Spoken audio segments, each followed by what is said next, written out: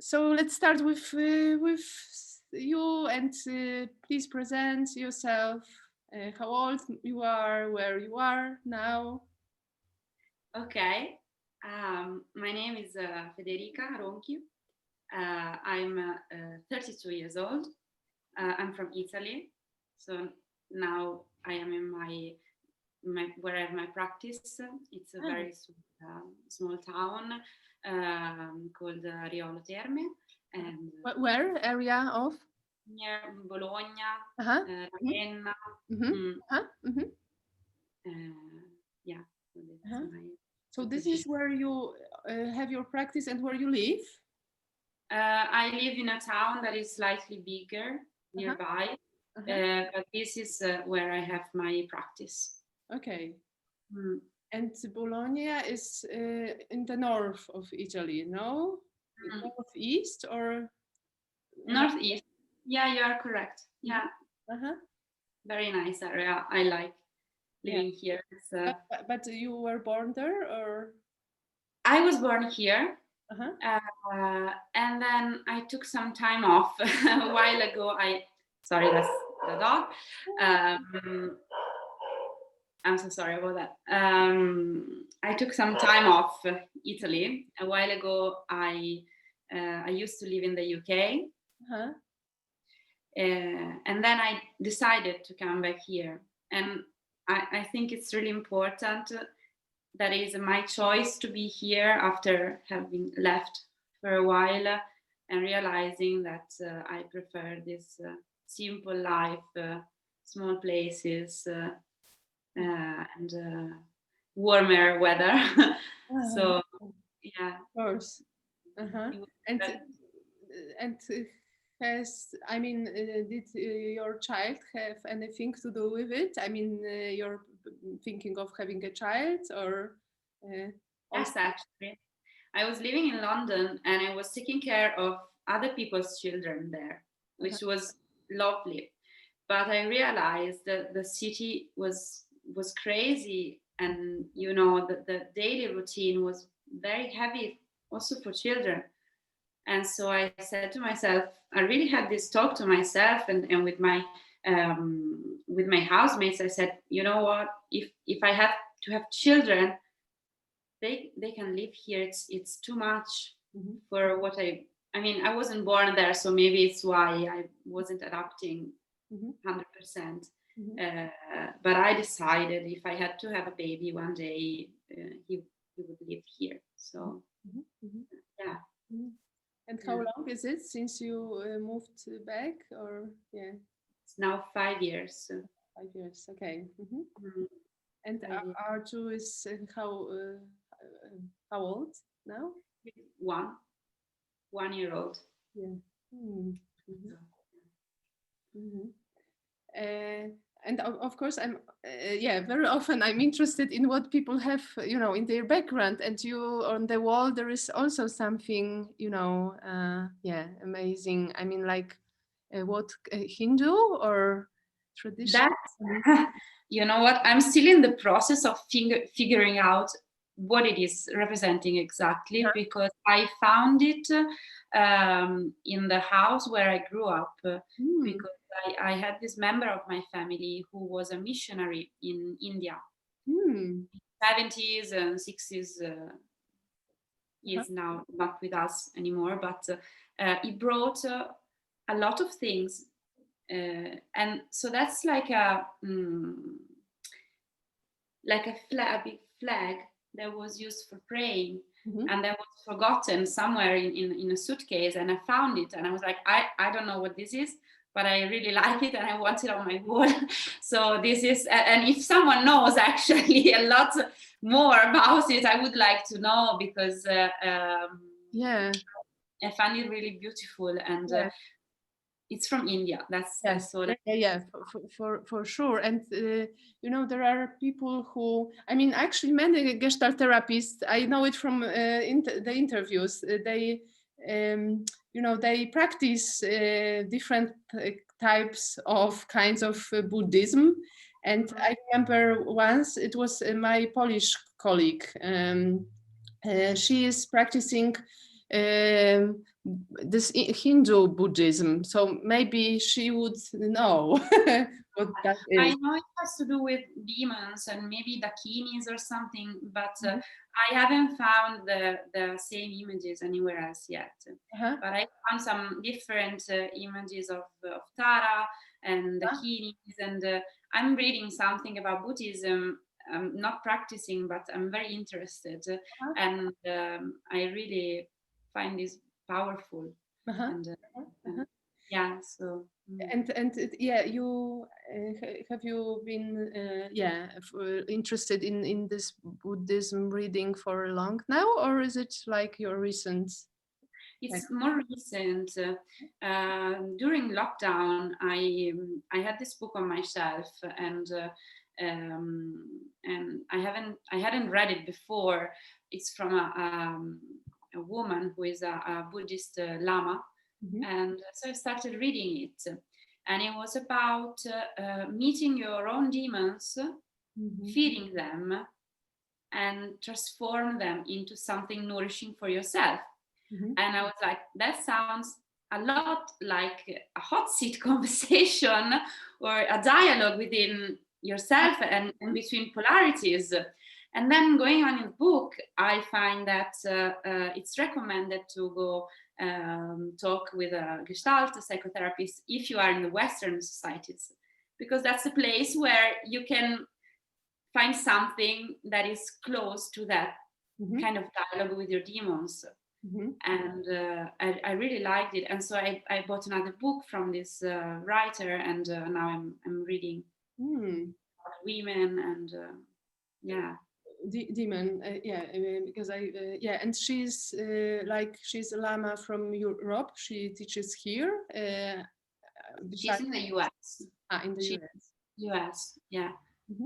But she lived in Tibet, and she practiced many years, and now she's writing about also women's wisdom and how to practice your own wisdom. So I find it very interesting.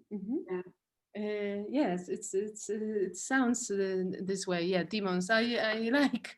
I like this term. Because in my view, these are demons. I can speak of my own demons. They're very lively parts, so it's interesting to meet them because I find a lot of life in them. And if you leave all the judgments out of the door, out of the window, and you meet them, it's very lively. I will ask you afterwards about her name. Maybe I will write you an email. But to come back to you, I don't know if this can be called your passion. This reading those books from this area. But what are your passions? Can you say more? I was thinking about my hobbies and how to answer to this question because I've heard it in other interviews. And I realized that I've very often spent my free time attending some sort of classes or courses, and like art classes or creative writing classes. And the last one that I'm getting into is theater, which I joined a couple of years ago, Improv Theater, like improvisation theater, and I'm really enjoying that.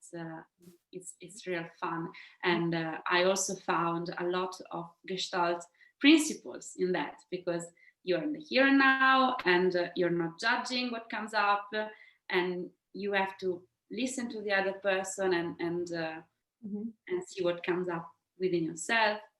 So it's nice practice to be in contact with other people. That's what I do in my not so much free time right now, but I'm keen. I'm looking forward to that evening in the week when I have to join this group because it's very, very funny. And it is now it's online, or do you meet in person? Actually, we meet. It's Uh-huh. just it's very few people, Uh-huh. and we have this large space. Luckily, now we can meet. I was really missing it during lockdown. We couldn't do that, and Mhm. Mhm. yeah, Mhm. So yeah, so I can hear that art, creativity plays a great role in your life. yeah. I mean, like art, like you yourself, um, paint or draw, or you like art simply. I like art. I like using art. Mhm. Also in therapy, I love using it as a medium, Mhm. not as a, you have to paint this wonderful thing. No, you just use it as, instead of words. Sometimes it's easier Mhm. for me. I'm a very visual person, so it's easier to communicate, Mhm. and I feel myself closer to my clients, Mhm. also to my therapist as a client Mhm. myself. I really like when we do that kind of activities. Uh-huh. Uh-huh. Yeah. Uh, Yeah. mm. Have seen also, I've noticed, or maybe I'm wrong, that you have a tattoo here on your hand. Yeah. Huh? That's What? when I was young. Yeah. You don't like it anymore, or But you don't like it anymore, or what? no, no, I do. I Yeah. do. I just Mhm. got used to them. So when people are noticing it, I have to, think about it because I don't see them anymore. Mm. Yeah. Mm. Uh, it's. Can you say something about it? I have my tattoos too, but they are, yeah. I see. This one is here. Yeah. Or it's like abstract thing. It's difficult Yeah. to show. Like a scribble, Yeah, something. something like that. And I have tattoo here and here, so Yeah. it's So you yeah. get used to them. But But they are quite recent, and yours is, like a piece of art there. it is. It's temporary because it's on a person. So Uh-huh. I consider it temporary. And when people say, "Oh, but you will regret it because it's forever," and I say, "No, it's not forever. I'm temporary. It's temporary. It's fine." And this is a robin, Yes, red, you can see. red Yeah. robin, and it's a bird where the female bird makes a nest and takes care of making the nest, and so I really like that, the Mhm. meaning. Apart from the drawing, I like the meaning, and Uh-huh. yeah, this line of female power and connections and empowerment, Mhm. it's now Mhm. coming up Mhm. a Mhm. lot Mhm. within myself. Uh-huh. Mm. Mhm. Someone asked me one day about this thing here, because it's difficult to show it to you now. So I started to speak about it, and there are also meanings to this, apart from its aesthetics, aesthetic value that I yeah, simply cherish. But yeah, I like tattoos generally. Hmm. Uh, and if we continue about you as a person, as a human being, what would you say more about yourself? Yes, what are your, the most crucial qualities? Um, so I I'm very aware about the environment, Mhm. and all the issues related to the environment, and I constantly wonder and process how we can be better consumers, and for example, as being consumers as a part of our identity and not our whole identity as consumers because we are human beings. But I realized, especially when I was living in a city as big as London, that being a consumer was a huge part of my identity. Mm-hmm. And so I started this process of asking myself what my needs are and what do I really need, and how I can be more integrated and respectful for the environment, also in my behavior of being a consumer. And so that is to say that my other huge passion is about secondhand. So repurposing and also reusing furniture, or recycling, upcycling, swapping, anything that has to do with the, being more aware of what I need, instead of letting the advertisements say you need this, you need that. So it's more, asking myself and realizing that we don't need as much as we. It is, I'm moved because I'm aware of my own also path in this respect. How difficult this was at the beginning for me to get on that path, to get on that track, or and I am also now, doing the same things as you are, and and it's simply so I don't know, kind of maybe because of similarities. I don't know why exactly I am moved, but it's good to hear and the same, I don't know, spirit. I don't know, because it's not only about ideology but about this everyday behaviors, and so much money is being spent, so much money I did spend on on things that I didn't need.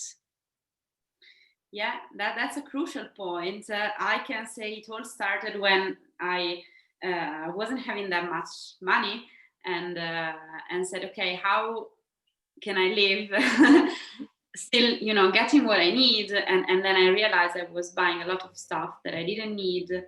Another thing that is very that I find interesting is that, for example, in events like swap parties or with swapping books, so when you bypass the money exchange, so I bring something, I can take something, you meet people there, and you meet people with their likes and dislikes, and there is a lot more respect. Imagine this. This is an event that I organized last year, and so imagine a field with racks of clothes, boxes of shoes, books. Anyone can bring something and take what they needed. There was a lot of respect. You wouldn't see a person hoarding on stuff or like compulsively taking stuff, but there was choice and confrontation, and then you start realizing the likes of other people. So maybe you find something they like, you take it to them. There is an exchange between people that you wouldn't find in a mall or supermarket, where everything is accessible for everyone. And this is a way I really like to meet people. I'm starting to realize why I am also moved, because now hearing you, I had a similar idea, and I never really actually get it to this point of making it true or coming it true. But it is, wow, it's amazing. It's so, I mean, of course, in different cities in Poland, such activities, such events are taking place, but I wanted to do it, myself, organize it. So Wow. Wow. You can do it. It's possible. Mhm. It's possible, and the people you meet are more compatible with you. They're more, on your same Yes. length, Yes. because they will come, and this energy will, be in circle, and I'm sure you can do it. It's possible. Mhm. Yeah, it is as if something is still, lacking. Yeah, maybe there is some fear, but I feel inspired that you have done it. And would you, do you intend to? I mean, to repeat that, to have it's like a regular thing? Well, I would love to have it as big as that one that I organized with some other girls last year. Actually, I'm having a small one tomorrow, just with a couple of friends, because now there are a lot of restrictions, and we can't open to the public because, sensibilities and stuff like that. I don't want to go against the rules, but it's just four friends we're meeting, and we did it in the past. Then we decided to extend it to meet other people, and then now we are doing it very small. And again, in the future, my dream is to, do it again. Mm-hmm. Yeah, it's like that people bring their staff also with those who are coming. They may bring or not. How does it look like? so you may bring one thing or 10 things, 100 things. You basically, the principle is that the idea is that you bring what you can, and you take what you need. So also the idea that something for me is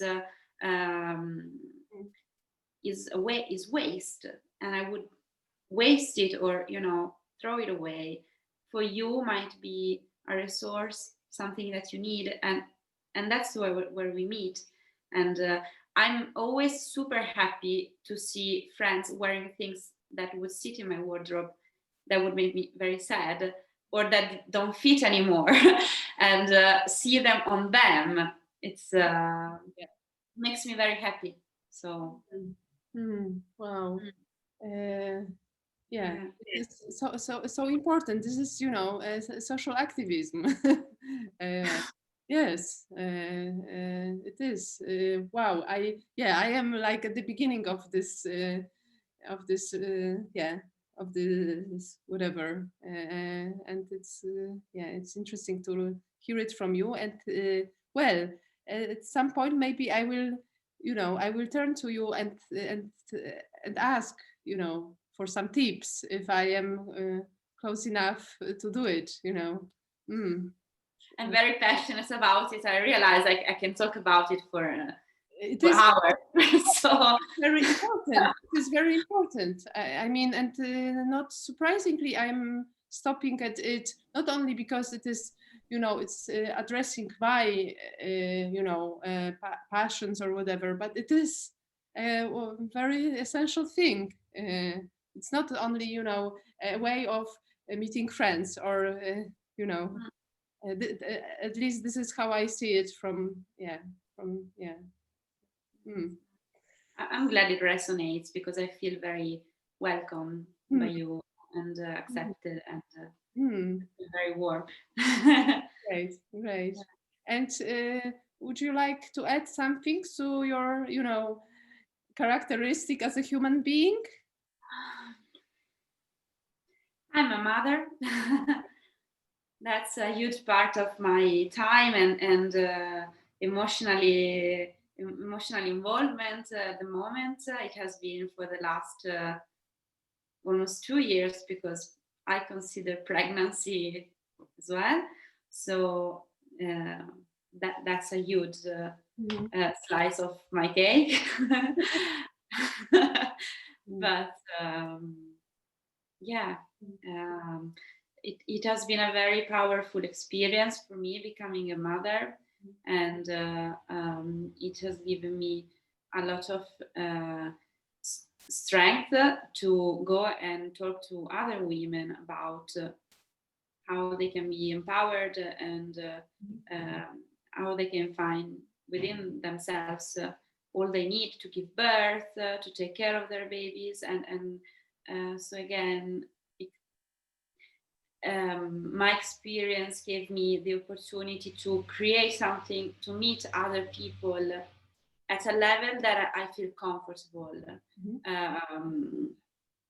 That's when I like to meet people, when we talk about essential things and experiences, or we share fears, you know.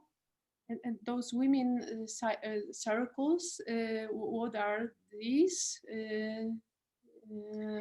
That's part of my work, as I work together with an obstetrician, midwife. Okay. So she has been doing it for longer, and then I joined her in these group meetings that we do with couples who are expecting their babies. And from that, from following pregnancies, we said, why don't we get closer to these women? And so we created some other spaces for them. And we've been doing it outside last summer because of restrictions. And so it was also a very good place to be. So at the beginning they were strangers, and then at the end we got close, and I was a professional there, but I was also, you know, a woman, a mother. All of my luggage came along. It's very hard for me to separate of course things at some point. It's very hard. So. And I imagine it was not like a therapeutic group when you act as a therapist, but a more loosey structure, no? It's more loose when we meet couples. It's more like an informal chat about, labor might involve this, and the child, the newborn's needs, what are the newborn's needs, and what are couples' needs. But I bring a lot of my stuff because I've been through that a year ago, and so I'm updating, my contents every week, and then from that, and from the fact that due to COVID and restrictions, basically the fathers weren't allowed inside the hospital labor until women were like in the very last part, but all the rest, I speak in plural because it was both me and the midwife I work with, that we listen to their needs and their fears, and we realize we have to give women some sort of tools, some help them find their own resources to go through labor. And then we found out, and they found out, they're not alone because they're with their babies. So strengthen the relationship with the baby during pregnancy, to go through labor. So now I'm starting to receive some feedbacks because they gave birth, and it's very positive feedbacks, and also people around them, like midwives in the hospital, said, oh, you were very aware of yourself, and they gave a very positive feedback. And so this is, I'm glad I could help. And I mean, because I was struck by your saying that it's difficult for you to separate, but I wonder, again, maybe it's not a loose structure in this sense, this work with women, but how to put it? But don't you think that maybe it is, it is needed? Maybe there are some groups that well, that maybe require that kind of smaller separation. I don't know how to call it, but If I understand what yeah. you are saying, I think that being a professional in itself doesn't add much to Uh-huh. the help that you can give to people, but there has to be some human Uh-huh. contact with them. Mhm. That's the way I see. Mhm. Yes. So I bring what I know and my experience professionally, but it's Mhm. all Mhm. based upon a human contact. Otherwise, we wouldn't meet. Uh-huh. Mhm. Mhm. Yeah. So Yeah, yeah. Uh, yeah, it's gratifying. I mean, to get those feedbacks. I imagine. Mm. And okay, so now let's turn to this, question about how did you come to Gestalt in itself, Gestalt therapy, world, and so on. I started as a patient. Mm-hmm. Because I did psychology studies at university, and when I got my degree, I said, "No, it's not my way." It was very cold as a approach, Mm-hmm. and then I left. I went abroad, and I started suffering from panic attacks. Mm-hmm. Um, I was traveling a lot, and I remember one night waking up, not knowing where I was. And so from there, I went to a therapist in London, but I remember we didn't really um, have a connection, and I wasn't very satisfied. And so I quit that path, and then I came back to Italy, and I joined one day art therapy group Mm-hmm. in the school that I'm now attending as a Theaters? psychotherapist in training. Mhm. I went there. I had this day, and it was very meaningful. I realized in the month afterward that that experience kept, giving me some nourishment, and then I saw that they organized another workshop about Enneagram and personality, and I was like, oh, I want to join that one. And then I said, 3 days, or shall I sign up for a 4-year diploma in psychotherapy? And then I went for the second one. So I signed up for the whole course, and so my first experience with Gestalt was as a patient, and then um, I'm now on my 4th year, so diploma is around the corner. um, and I have started my practice while attending that school, so it helped me feel very rooted in my work, and um, supervisions are very important, to keep track of my work with myself. And so it's like I feel like a child, and my school is like holding my hand, and then at some point I have to walk a bit more on my own. But it has been very important for me as a person to do that experience. Uh-huh. Yeah, can you say more? Did this training therapy in this approach, in this very approach, changed you? In which ways, if you could say? Yes, in the relationship with myself, Uh-huh. um, I made peace with a lot of expectations I had for myself, and that set me free a lot.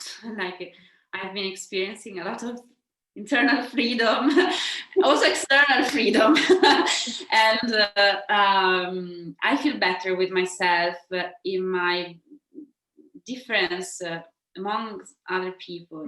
Mhm. I changed mm, because all the things that I was keeping within myself, now I'm scared. I'm still scared to share them, but I now trust myself. Like I can share them with you because um, I feel at ease with you. Mhm. I can trust myself when I don't want to share them with someone else. Mhm. So that tuning inside that says, this is okay, this is not quite okay. So open myself or close Mhm. whenever I feel comfortable. And this is a process, and it's all been a process of listening Mhm. to myself and to the other, and being in that process. Mhm. So Mhm. it's all new. The world is all new since I started that Mhm. Mhm. training. Yeah. So now I'm almost 4 years old. I can say that. It's older than your son. Yeah. Still ahead of him. Yeah. Uh, and what attracted you when you were a patient? What attracted you at the training? Do you remember the most? The suspension of judgment Uh-huh. that I found in that environment, the fact that there wasn't a push for homologation Uh-huh. in the environment, Mm-hmm. that each person could be who they are, and we can be different and together. Mm-hmm. Whilst before I had this belief that being together was the same as being like the other person, Mm-hmm. that's confluence. Mm-hmm. uh, Mm-hmm. and I found a new environment, and it's been very nourishing for me. So Mm-hmm. mm, And uh, and as you said, you're at your fourth year now. And during those years, what was the most challenging for you in terms of practice, theory within this Gestalt approach? mm. Well, because I have started to see patients while I was attending school, that has been a real challenge. Mm.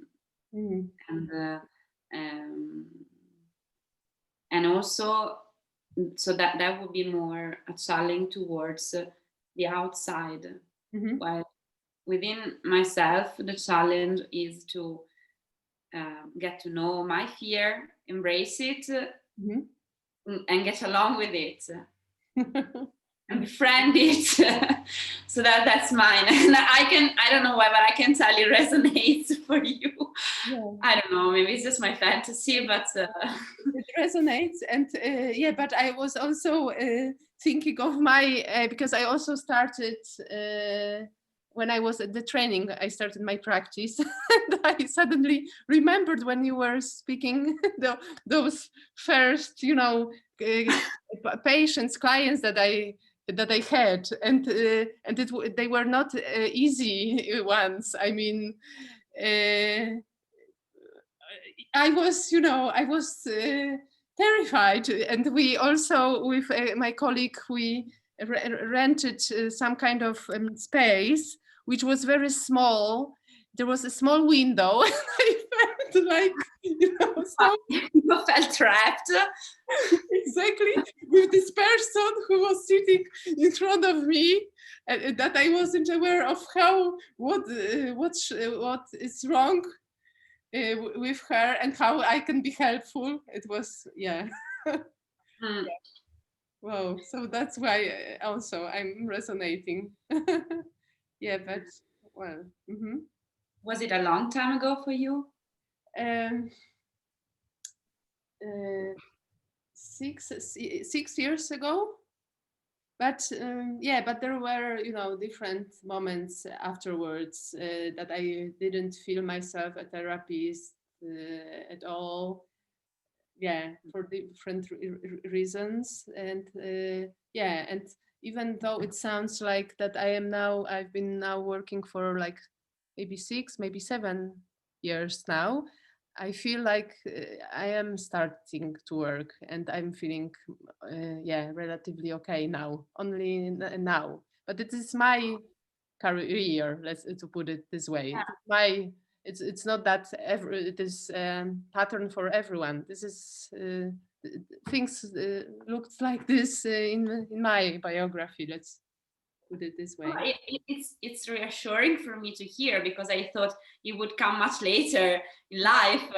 It's reassuring to know that at 6 years I can wait to feel a therapist. Yeah, that's good. That's good to hear. Yes, but there were some critical moments, and I thought, no, yeah, hell. I was, leaving some supervision group, supervisor, and feeling there's something not okay with me, and yeah. Well, but now I am more settled, actually, in this aspect of my life. Yes, which is really a nice feeling.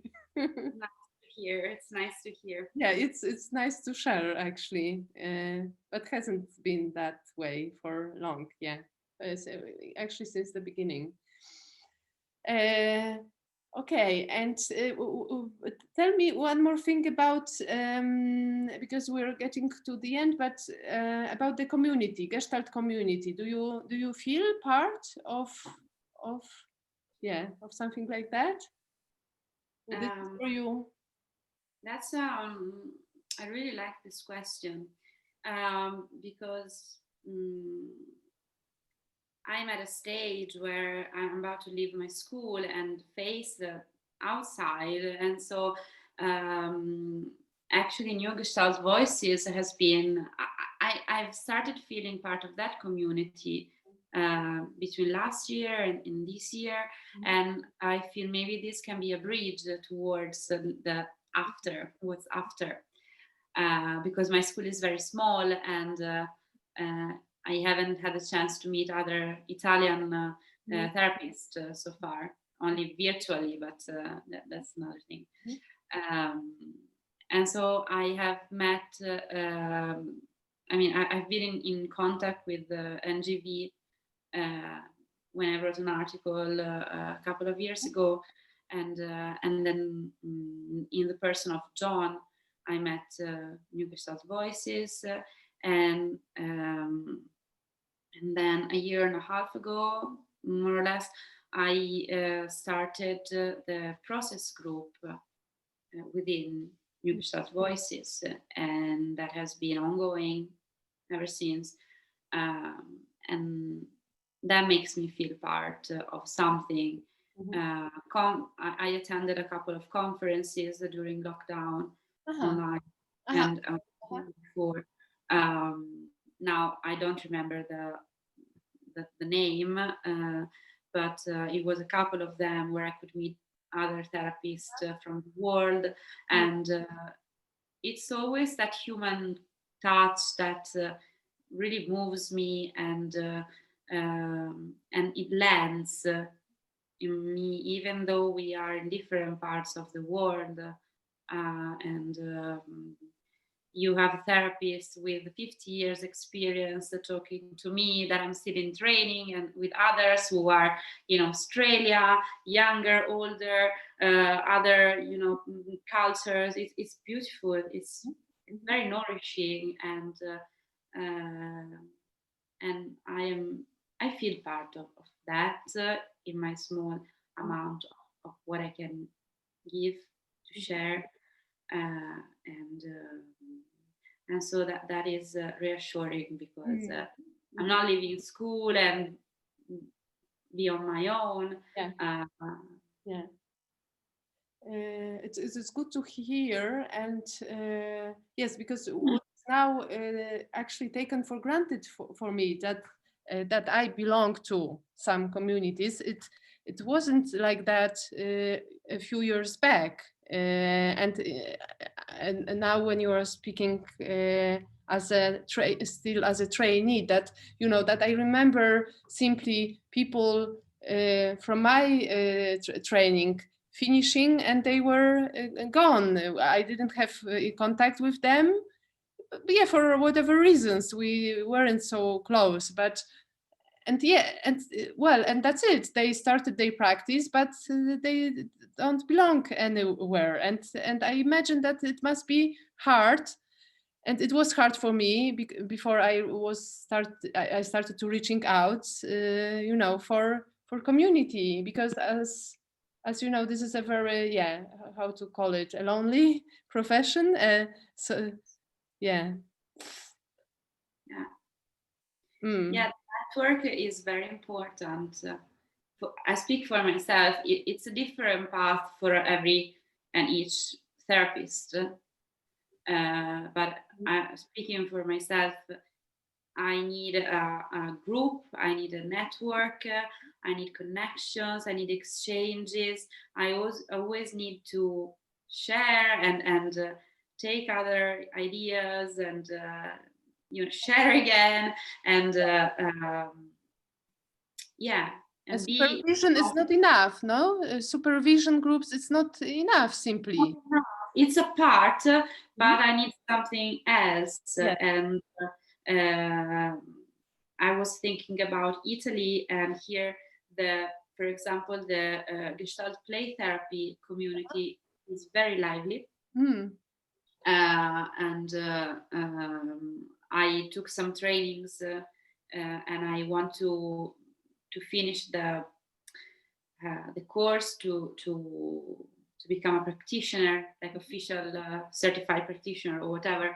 But because it's a very lively community, and they share, they ask, and they put people together. So that's the meaning, I guess, because otherwise we're just thinking that we are doing fine, and we're doing our things, and we believe in what we say to ourselves, but without a confrontation, without questions and processes to see what's next, what comes up, what's to renovate.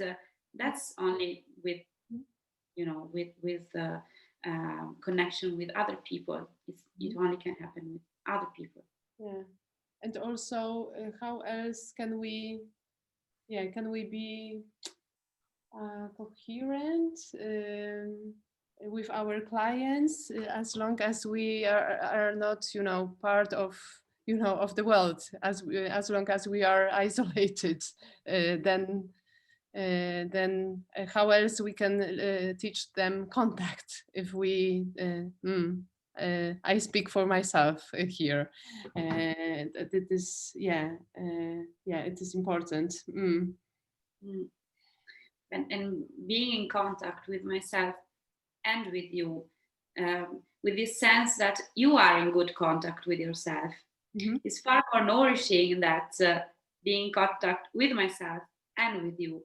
When you have poor contact, that's draining. That would be draining for me. And so to nourish that part and to keep it alive, I need an exchange this kind, with all that takes, emotions, feelings, thoughts, sharing my anger or taking anger from others, and then keep being there, be there, and feel safe to share it. This is very important for me. And it is not so easy. It is an intense process, no? In whatever space. I am aware of it, that it is important, and yet not so easy. Not piece and cake or whatever it is called. No. Okay, Federica. Thank you very much for this meeting. Thank you for the opportunity. It was a very nice chat. Yeah. Very nice meeting you. And as you said before the recording, you are planning to to be more in this, well, in whatever space, in Gestalt space, but NGV, for instance. So yeah, hope I will see you again soon enough. Yeah, and with this round we established. thank you for this project you are developing and carrying on, because it's a beautiful project, as I told you before, but I want to say when it's recorded because I want to share it with as many people as I can, and you're doing amazing work. Thank you. This, thank you. Yeah. Yeah, exactly. So bye. I will send you a video, and yeah, have a good day there. You too, Camila. Bye. Bye. Bye.